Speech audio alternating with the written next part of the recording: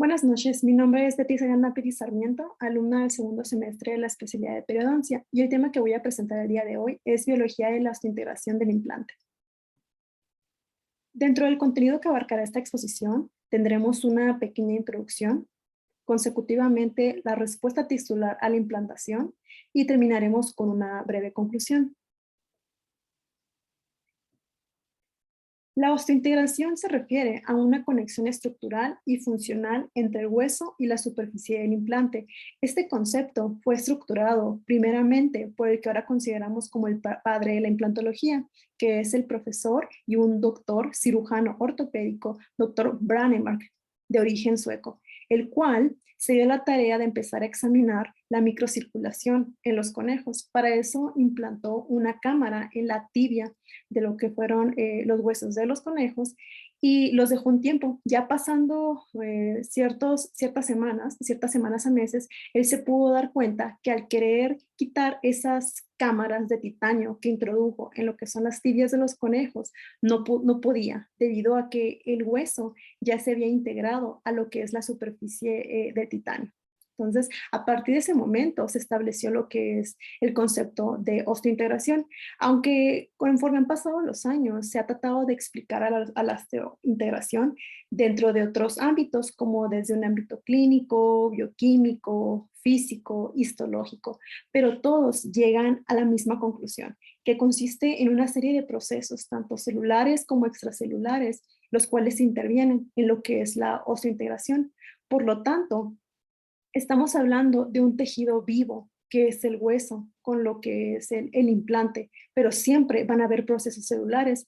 Entonces, pudiéramos determinar que en sí la osteointegración es el resultado de una falta de una respuesta tisular negativa, ¿sí? Porque como existe esa interacción entre lo que es el hueso con lo que es el implante, el que ya no haya habido una respuesta negativa, nos está hablando que existe pues una integración completa de tanto del tejido como de lo que es el implante.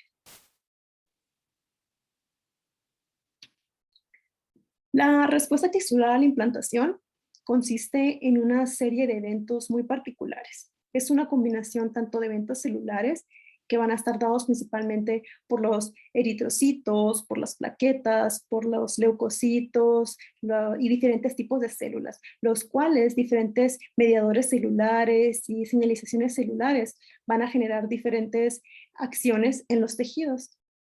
Por lo tanto, estamos hablando de estos eventos tanto extra como celulares, ¿no? Y los vamos a dividir en 4 etapas, que son la hemostasia, una fase inflamatoria, una fase proliferativa y una fase remodelativa, cada una con diferentes duraciones. Por ejemplo, la hemostasia es a los minutos después de la colocación de implante. La fase inflamatoria es a las horas, la proliferativa a los días y la remodelativa ya es a las semanas. Comenzaremos con la hemostasia. Una vez el taladro penetra al hueso, se lesionan los vasos sanguíneos, lo que genera un defecto óseo que se llena rápidamente de sangre. Hasta este momento, la única forma de sujeción del implante en lo que es el hueso es mediante una tracción mecánica. Por eso se dice que estamos hablando de una estabilidad primaria del implante. Entonces, conforme se genera lo que es esta herida, va apareciendo y se va llenando esta herida de lo que es sangre. Entonces, esta sangre está constituida por diferentes elementos, como son iones y proteínas séricas, las cuales van a empezar a adherirse a lo que son a la superficie del implante. Ya después de esto van a venir unas células muy importantes, como son las plaquetas, las cuales van a empezar a generar un tapón plaquetario para evitar la pérdida continua de sangre. Y estas plaquetas van a empezar a generar una liberación de diferentes mediadores celulares, como son el tromboxano y el factor de crecimiento derivado de plaquetas, que tienen la función estos de conllevar una mejor agregación plaquetaria y favorecer lo que es la división celular de los fibroblastos. Entonces, en base a esto, diferentes monómeros de fibrina empiezan a entrecruzarse, ¿no? Como podemos ver en la imagen. Aquí la fibrina empieza a entrelazarse generando como una red. Entonces, hasta este momento es lo que va a formar lo que se le conoce como una matriz provisional.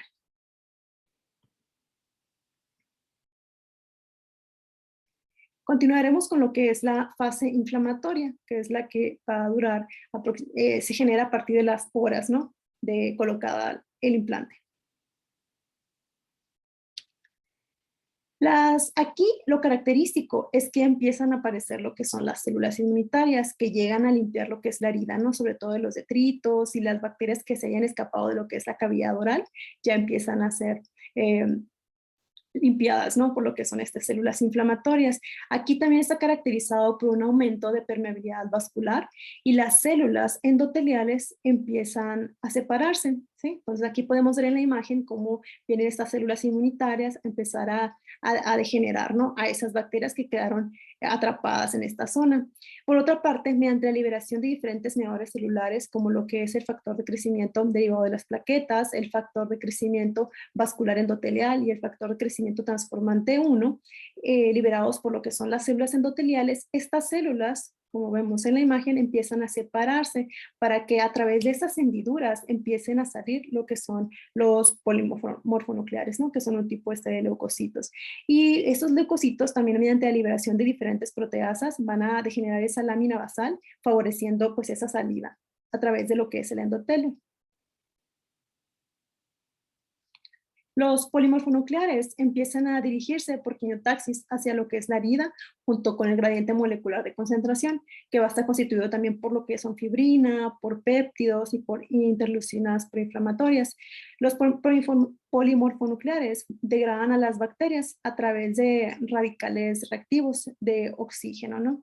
Y también estas polimorfonucleares necesitan la ayuda de otro tipo de células porque la invasión bacteriana que se encuentra en ese momento pues es bastante. Entonces, mediante la liberación de proteínas quimiotácticas para monocitos, como la MCP1, van a provocar que los macrófagos también acudan a lo que es el sitio de la lesión para que estos macrófagos generen esta acción tan importante que es lo de la fagocitosis. Por lo tanto, gracias a esos macrófagos y polimorfonucleares, el debris es degradado y los macrófagos empiezan a sintetizar citoquinas proinflamatorias y proteasas, así como también inhibidores angiogénicos, como lo que es el TIMP, que son inhibidores tisulares de las metaloproteinasas, las cuales, con este tipo de mediadores, se va a evitar que avance esa destrucción tisular que se ha generado anteriormente por parte de los polimorfonucleares. Todo esto con el fin de mantener lo que es la matriz provisional que se ha generado anteriormente. Y mediante esa matriz también se van a liberar diferentes factores, ¿no? Como lo que es el factor de crecimiento vascular endotelial, el factor de crecimiento derivado de las plaquetas, los cuales a su vez estos mediadores van a favorecer o estimular a los fibroblastos y la angiogénesis. Continuamos con lo que es la fase proliferativa. En esta fase, los fibroblastos aparecen en el tercer día y migran a la herida y sintetizan colágeno, elastina y proteoglicanos. Y en condiciones de bajo oxígeno, las células endoteliales y los macrófagos se ven afectados y empiezan a liberar diferentes mediadores también, como lo que son el factor inductor de lo que es la hipoxia y el factor de crecimiento vascular endotelial. Este tipo de factores, ¿qué es lo que van a hacer? Van a favorecer la migración de las células perivasculares. Estas son las células perivasculares, como las podemos ver en la imagen, las cuales van a empezar a migrar a diferentes zonas, todo eso para generar nuevos vasos, como mencionamos anteriormente, que ya se iba a empezar lo de la angiogénesis. Todo esto es favorecido gracias a estos mediadores celulares y la migración de estas células perivasculares, ¿no? En el día 7, los osteoclastos se unen a las orillas del hueso residual, generando reabsorción, como lo podemos ver en la imagen. Todo esto se va a hacer también gracias a diferentes mediadores que van a liberar los osteoclastos, como lo que son el ácido clorhídrico, las proteasas, entre otros factores, así como también de las células que hablamos anteriormente, que fueron las perivasculares que migraron para favorecer la formación de nuevos vasos sanguíneos. Estas células perivasculares van a empezar a migrar sobre todo a lo que es el hueso trabeculado que se encuentra alrededor de lo que es el implante y van a diferenciarse en osteoblastos, ¿no? A través de dirección de diferentes mediadores, ¿no? Como lo que son las BMPs.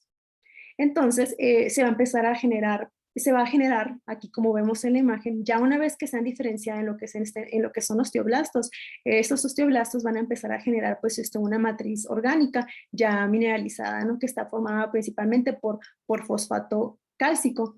Y es entonces a partir de este momento que se dice que ya se establece una estabilización secundaria, que es cuando ya se genera como tal pues el tejido óseo, porque si recordamos anteriormente solamente teníamos una estabilidad primaria del implante que era por tracción mecánica. Aquí ya es más que nada es una retención ya biológica. Y por último tenemos lo que es la fase remodelativa. Aquí depende mucho de la adaptación a las cargas, lo cual es un factor muy importante y determinante en el remodelado óseo. Al inicio, cuando se forma lo que es el tejido óseo, por lo general, el hueso se va formando en forma paralela a lo que es el implante, pero poco a poco va adquiriendo como que esa estructura perpendicular, ¿no? Característica de lo que es el trabeculado óseo. Todo esto va a depender mucho de esa interacción que exista entre lo que son los osteoclastos y los osteoblastos, ¿no? Por lo general, los osteoclastos se van a encontrar activados por rank para que empiecen a generar lo que es la resorción ósea y a su vez los osteoblastos empiecen a depositar lo que es hueso. Y tanto los osteoblastos como los osteoclastos se van a encontrar dominados o van a estar al mando eh, debido a los osteocitos. Es decir, los osteocitos son los que a través de diferentes mediadores químicos van a determinar pues las acciones tanto de los osteoblastos como de los osteoclastos.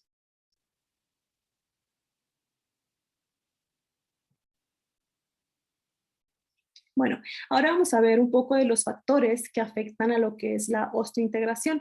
Entre esos factores que van a afectar este proceso se encuentran características del implante, sobre todo relacionado al material con que está hecho el implante, al tipo de cobertura que tenga el implante, la porosidad, la longitud, la composición química, todo tipo de características morfológicas que se encuentren presentes en lo que son los implantes. Todo eso puede determinar qué tan osteointegrado quede nuestro implante, ¿no? También las cargas aplicadas al implante. Esto es más que nada por lo que mencionamos anteriormente, con la adaptación que tenga el implante y sobre todo pues el tejido óseo ante las cargas que se generen sobre la prótesis que sea colocada sobre el implante.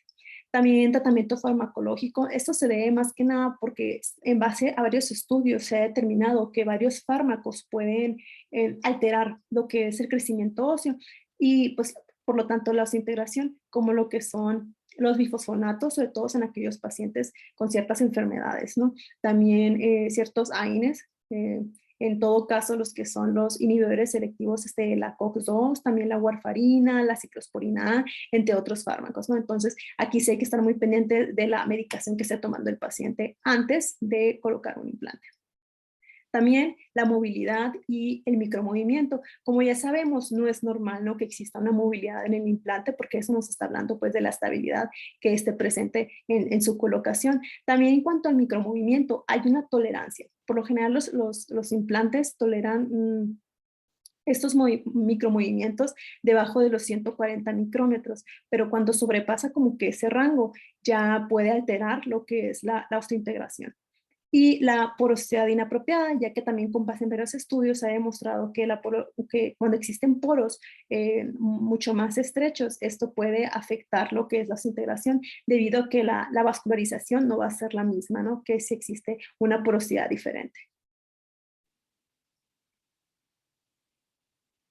Y como conclusión, hay que determinar que el proceso de cicatrización de la interfase hueso-implante es bastante complejo y este va a involucrar diferentes factores y diferentes procesos, tanto extracelulares como celulares, donde intervienen pues diferentes tipos de mediadores celulares, como los que mencionamos anteriormente, y células, las cuales en conjunto van a llevar a cabo diferentes acciones sobre los tejidos.